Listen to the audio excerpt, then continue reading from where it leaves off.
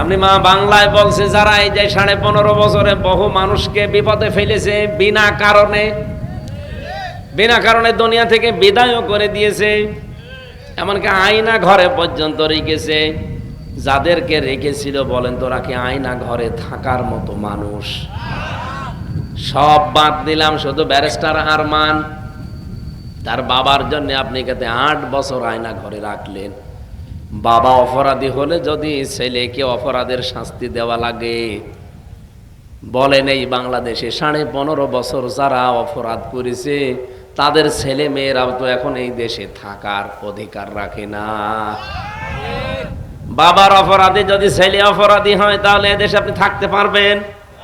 আইন তো আপনি নিজেই বানিয়েছেন, নিজেই ধরা খাবেন। কি বলেন? এই জন্য আইন বানানোর সময় চিন্তা ভাবনা করে বানাবেন।